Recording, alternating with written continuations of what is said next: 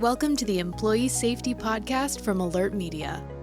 We provide business professionals with insights and ideas for protecting their people from the vast array of threats facing organizations today. Each week, you'll hear advice and best practices from an experienced safety leader. Here's your host, Peter Steinfeld.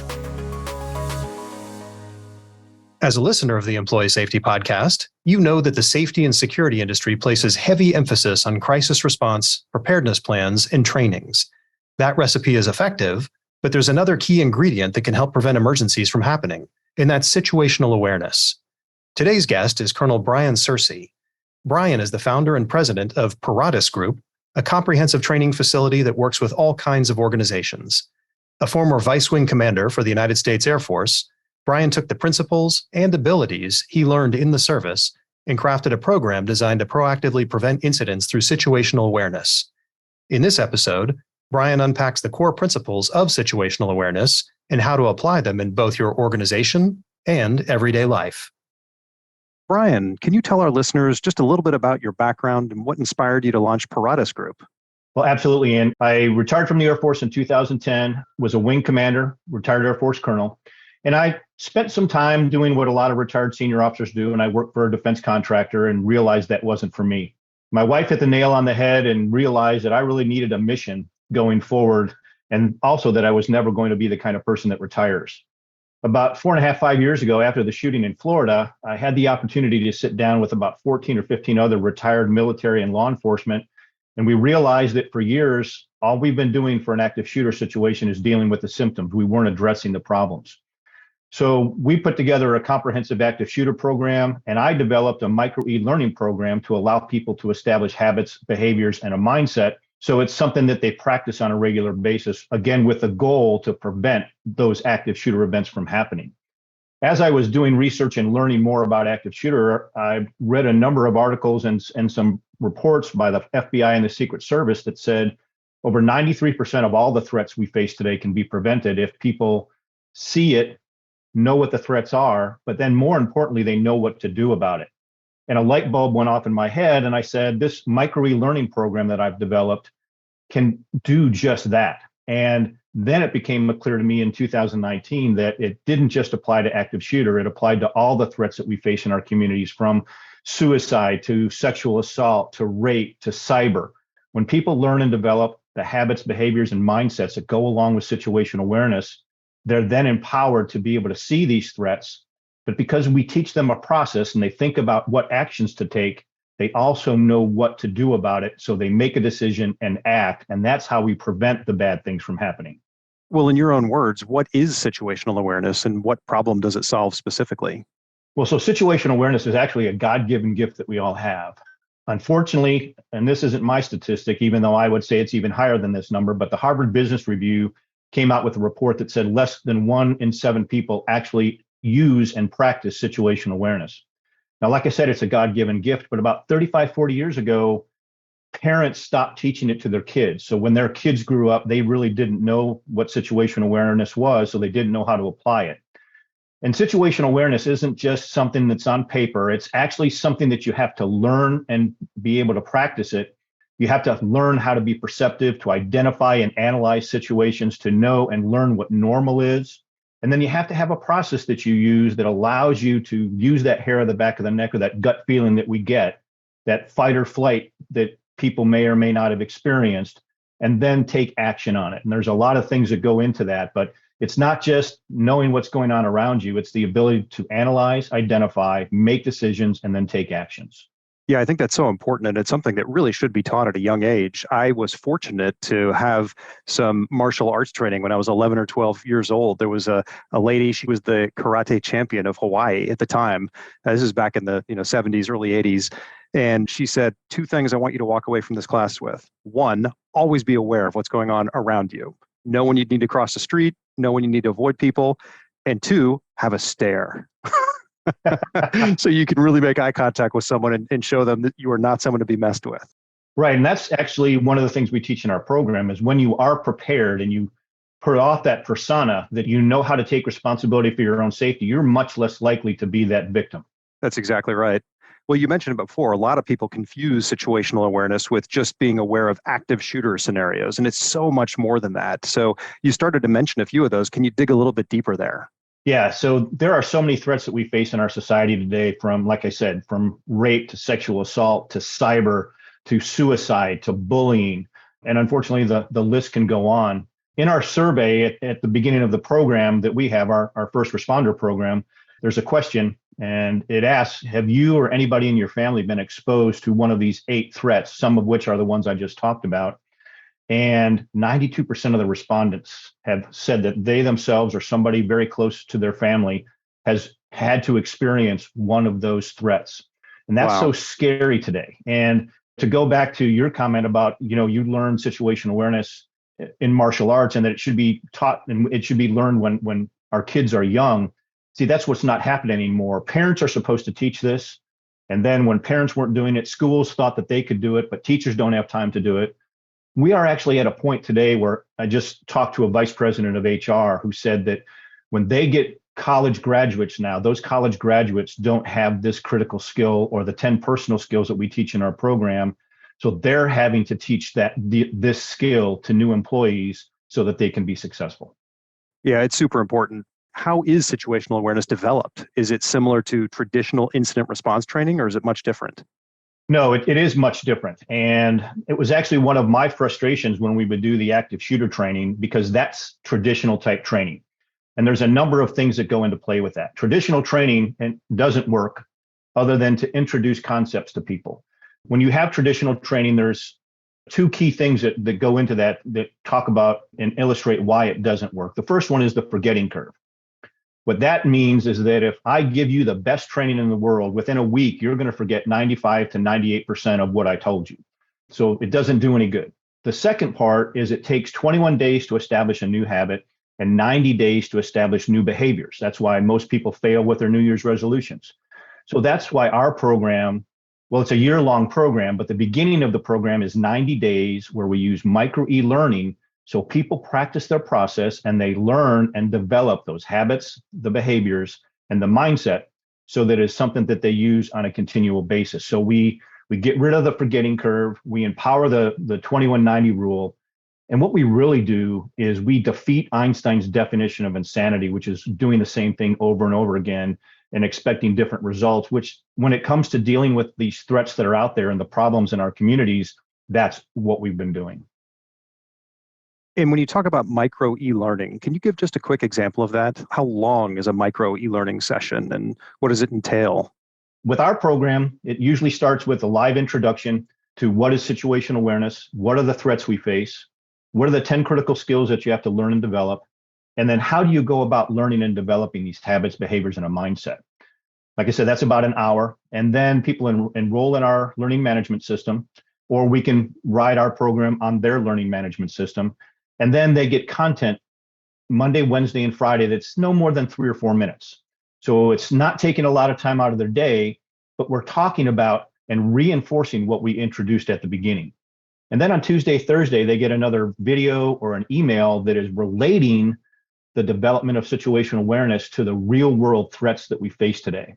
And that's one of the things that makes our program so powerful, that over that 90 days, that content is going to resonate with somebody. See, a lot of people, they have the hope as a strategy and they don't care about active shooter or they don't care about human trafficking, but they had somebody in their family that attempted suicide or committed suicide. And then we talk about how do you prevent suicide? And now all of a sudden it resonates with them. They start re-engaging with the program. So that's why at the end of that first 90 days, we have a very, very high success rate of people that complete the program and in their exit survey say that they've now developed situational awareness and understand how to practice it. Yeah, spaced repetition is so important, but I think you mentioned the key there is that you have to give someone the why behind it. And oftentimes the why is different for different people. You have to find that meaningful connection to make them go, now I see why I need to care about this. Well, and I love the way that you just put that. And that's one of the reasons we have as one of our 10 critical skills, the skill of understanding and knowing that other people have different perspectives. So it doesn't just apply when you're having conversations with people, with the ability not to escalate situations and how to de-escalate situations. But because people have different perspectives, backgrounds, experiences, it's the why. It's what's important to them that then they see the big picture. But it's not until you open that up to them that they grasp that. Yeah, there's no one size fits all. Are there some other of those 10 critical personal skills you can reveal to the audience here? The first one we always talk about is that first part of being self-aware. And most people, when they think of situational awareness, and I think you mentioned it a few minutes ago, it's, being perceptive and knowing what's going on around you. But really, we look at it and we share with people that there's actually three parts to being self-aware. The first one is that knowing what's going on around you. The second part is knowing what you're capable of doing. See, that's also, to us at the Paratus Group, another failing of traditional type training, where they'll come out with a couple different scenarios and say, if this ever happens, this is what you should do. Well, first off, the scenario that you face in real life is never going to be the same as that scenario that you practiced. Number two, if you don't have the ability to do what they're telling you to do, they've just set you up for failure, because you'll go, well, they told me to do this and I can't do this. Now I have no idea what to do. So you're frozen. You panic. You don't know what to do. So in our programs, one of the key things we do is to get people to think critically themselves about what they're capable of doing. And then as they think about what their actions might be, they base it on their capabilities. And then we say, if there's something that you want to be able to do that you can't right now, then go get that additional training. For example, you said you learned and trained with martial arts. So if you want to be able to defend yourself or your family, maybe that's what you go do. You go take some martial arts to empower you to be able to do that. And then the third part of being self-aware is to know that your words and your actions will have impact on other people. It can be hurtful, it can be bullying, it can escalate a situation, or when you practice verbal jujitsu and you learn how to de-escalate a situation, you can keep things from getting out of control. And then the other one I'd briefly like just talk about is active listening. You can't be good at situation awareness if you're not a good active listener. And if you have ever been in a conversation with somebody and you can tell as you're halfway through your point that they're not listening to you anymore, they've decided that they know exactly what you're going to say and they're just waiting to respond. That's what so many people do today. But you can't de-escalate a situation. You can't fully understand what the situation is. You can't interact with other people unless you learn and develop that critical skill of active listening. Yeah, you've got to be engaged and sit on the same side of the table as the person that you're working with. Absolutely. And that's just so critical. But then I do want to mention that these 10 critical skills all tie together. If you're not good at one or two of those, that's what you need to work on, so that as you tie all this together for your situational awareness, and to be quite honest, to be successful in life and to be a contributor to our communities, you have to have these 10 skills. And as I said, when I talked to that vice president for HR, it was very, very clear that most of our college graduates today don't have situational awareness, and they don't have these 10 critical skills. Well, a lot of people listen to this show in the context of how they can help their organizations as a whole. So with that in mind, how does situational awareness shape organizational culture and then play out in day-to-day interactions? Most of the time when you talk and think about situational awareness, it's all about that threat that is out there. So that is one of the key things that it does. But situational awareness also does two other things. When you have really good and well-developed situational awareness, when you're perceptive, when you have thought through actions that you can take to help other people, when you have empathy and humility, when you see people that have indicators potentially of anxiety or depression, or you have somebody that maybe is having suicidal tendencies and you can recognize those. See, a lot of people see those things, but then they don't know what to do about it because they haven't empowered themselves to know what to do. And because they're not self-aware, they think, well, I can handle this, when really maybe they should talk to somebody else to interact with that person. So that's one key part of it, is our ability to really solve problems and really help and affect the mental health piece. Today, 3 out of 4 employees in businesses in surveys have said that they have anxiety, depression, and fear, and that dramatically affects their job performance. So when people have situational awareness, when they can help other people, when they're prepared instead of worrying, it dramatically improves their ability and the overall culture of the company. And then the final thing that I always talk about, especially in the business culture, is that without situational awareness and without the development of these 10 critical skills, managers fail 100% of the time. what situational awareness and the development of these 10 critical skills allow people to do is to not be managers, but to be leaders, to look for those learning opportunities, to realize what is important is to take care of their people, make sure their people have the necessary tools to be successful, and then help guide them to be successful. Because what I say all the time today, because managers don't have these skills, is that companies are overmanaged and underled.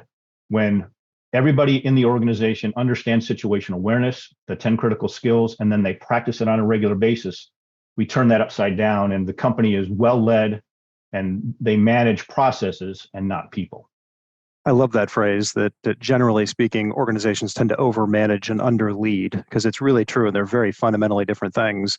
And I'd like to take that back to what you talked about with mental health awareness, because I think that is a big issue. Like everything sees the obvious physical things, fires, active shooters, things like that, but we ignore mental health because it's really uncomfortable to talk about. And like you said, nobody knows what to do. So what's like one or two pieces of advice you would offer an organization to enhance or create a culture where people feel comfortable noticing those things and sharing them? Well, first and foremost, you've got to stop doing traditional training. When I was in the Air Force, when I retired in 2010 as a colonel, that was the 10th year in a row that I had the same computer-based training on ethics. So first off, I'll say that there's no way that a 1-hour training is going to teach me or empower me to make ethical decisions. That is, you have to develop those habits, those behaviors, and it has to be something that you do on a regular basis. But it was also 10 years old. So you've got to get rid of that traditional training. Leaders truly need to learn situational awareness. And then when they do that, and then they push the skill down to all of the employees, that's where they truly make a difference. That's what the integral piece is. But without situational awareness and without a program that allows for the development of the habits and behaviors, again, get rid of Einstein's definition of insanity and allow the development of the habits and behaviors, that's how you make a difference. Now, businesses don't necessarily want to hear that because they just want to pay that one-time fee, get it over with, check the box.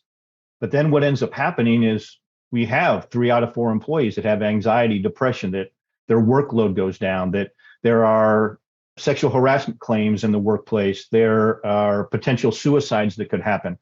See, all of these things, when there's well-developed situational awareness that runs throughout the entire organization, that's what makes a difference. Yeah, I always say when it comes to safety and mental health awareness and things like that, there's a double benefit. Clearly, there's a benefit to the employee when you focus on it. But if you're helping the employee, there's a residual or trickle down benefit to the organization because now you have a much more productive and engaged employee.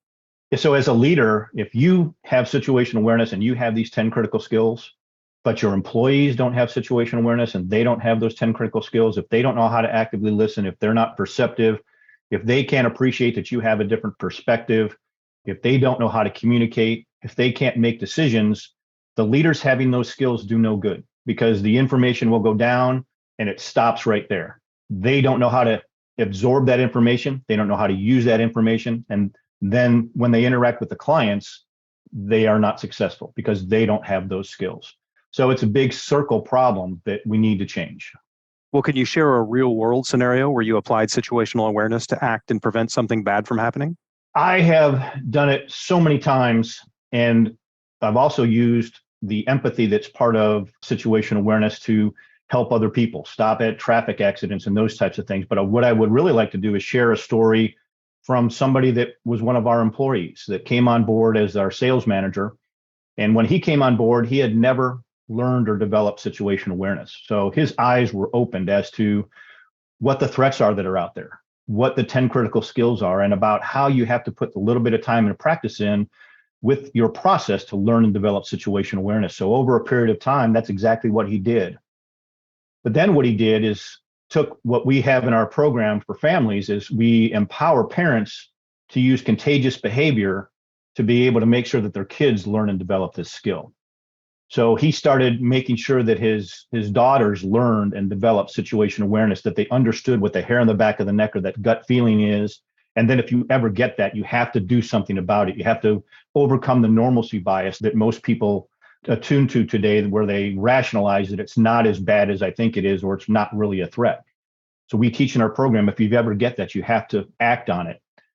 So after he had spent some time instilling this in his daughters, His 16-year-old daughter was driving home from school 10 o'clock at night and was sideswiped. And the car that sideswiped her pulled in front of her and turned down a dead-end 200-foot road that was pitch black at the end. And her dad had always taught her, which most new drivers and all drivers are supposed to do. If you get into an accident, you're supposed to stop and share your insurance information. Well, she got that hair on the back of the neck and that gut feeling that said, this doesn't feel right. And instead of driving down that 200-foot pitch black, dark road, she drove home. The next morning, her dad came out and saw the damage to the car and asked her about it. And she was nervous because she didn't exchange information, but she shared exactly what I just said, that she got sideswiped. This is what they did. I got this feeling that this isn't right. So I just drove home. And when he tells the story, he tears up because he felt blessed that he had been able to share that with his daughter to keep her from potentially being a victim. And we get stories like that all the time. There's people most people today, like I said, if you remember, I said less than 1 in 7 people have this skill. When people go through our program and learn and develop the habits and the behaviors, that's when they start to see all the stuff that's going on out there. And that's when they make decisions to make sure that they don't put their families into situations where they can be victims. And that's a key part of what we introduce, is so many different things that you can do with your life to keep from putting yourself or your family into a situation where they could be a victim. That's a fantastic story. And I think one of the number one reasons that people don't want to say anything, or they go along with what they think is the right thing to do, like the guy who sideswiped that car, knew that human nature is, I'll go along and I'll follow the rule. I'm embarrassed to do something that's outside of the norm. It's that feeling of embarrassment. How do you help people get over that feeling so they will do basically following that hair on the neck feeling that they're having and not feel embarrassed about it? Well, a big part of it is that they become empowered to really make a difference, not only with their own safety, mental health, and ability to be a good parent, a good leader of a company, a good spouse, but it's knowing that worry is not the same as preparation. See, we have so many people in society today that are worrywarts, that are worrying and thinking about what that worst situation is and trying to plan for that. Well, when you have a situation awareness, habits, behaviors, and mindsets, and you are consistently thinking about what you would do if something bad happens, then you're in a state of preparation and you're calm. And then you are prepared if something is introduced into your environment to do something about it. So it gets rid of anxiety, depression, all of those things that are out there. But as leaders of companies or parents, when we know that we're taking care of our people, that also dramatically gives us the knowledge that we're doing the right thing. 2 of the skills that we teach are empathy and humility. You may, if you're a martial artist, know the quote from Bruce Lee where he says he's much rather be a warrior in a garden than a gardener in a war. And the last thing he ever wanted to do was to use the tools that he learned and developed. He would, as a matter of fact, because using his humility, would do everything he could to stay out of a confrontation, to be able to de-escalate situations. But because he was prepared and had humility and empathy, he was prepared to help out others in his community. And that's how it all ties together. Yeah, that's great. I mean, it's hope for the best and prepare for the worst. Exactly. And see, all too often, well, most people today think hope is a strategy, and hope is not a strategy in anything that we do. Yeah, I couldn't agree with you more. Thank you so much for joining us today, Brian. Really appreciate it. Well, thank you very much for taking the time to have me on. I appreciate it. Where can our listeners connect with you or find out more about the Paratus Group? www.paratus.group, or they can reach out directly to me at brian@paratus.group. Fantastic. Well, thanks for being with us for another episode of the Employee Safety Podcast. Please subscribe and follow the show to get the latest advice and best practices for employee safety. And don't forget to give us a rating on Apple Podcasts or Spotify. Have a safe week, everyone. Thank you for listening to the Employee Safety Podcast from Alert Media, the industry's most intuitive emergency communication and threat intelligence solution. To learn more about how to protect your people and business during critical events, visit alertmedia.com. Until next time.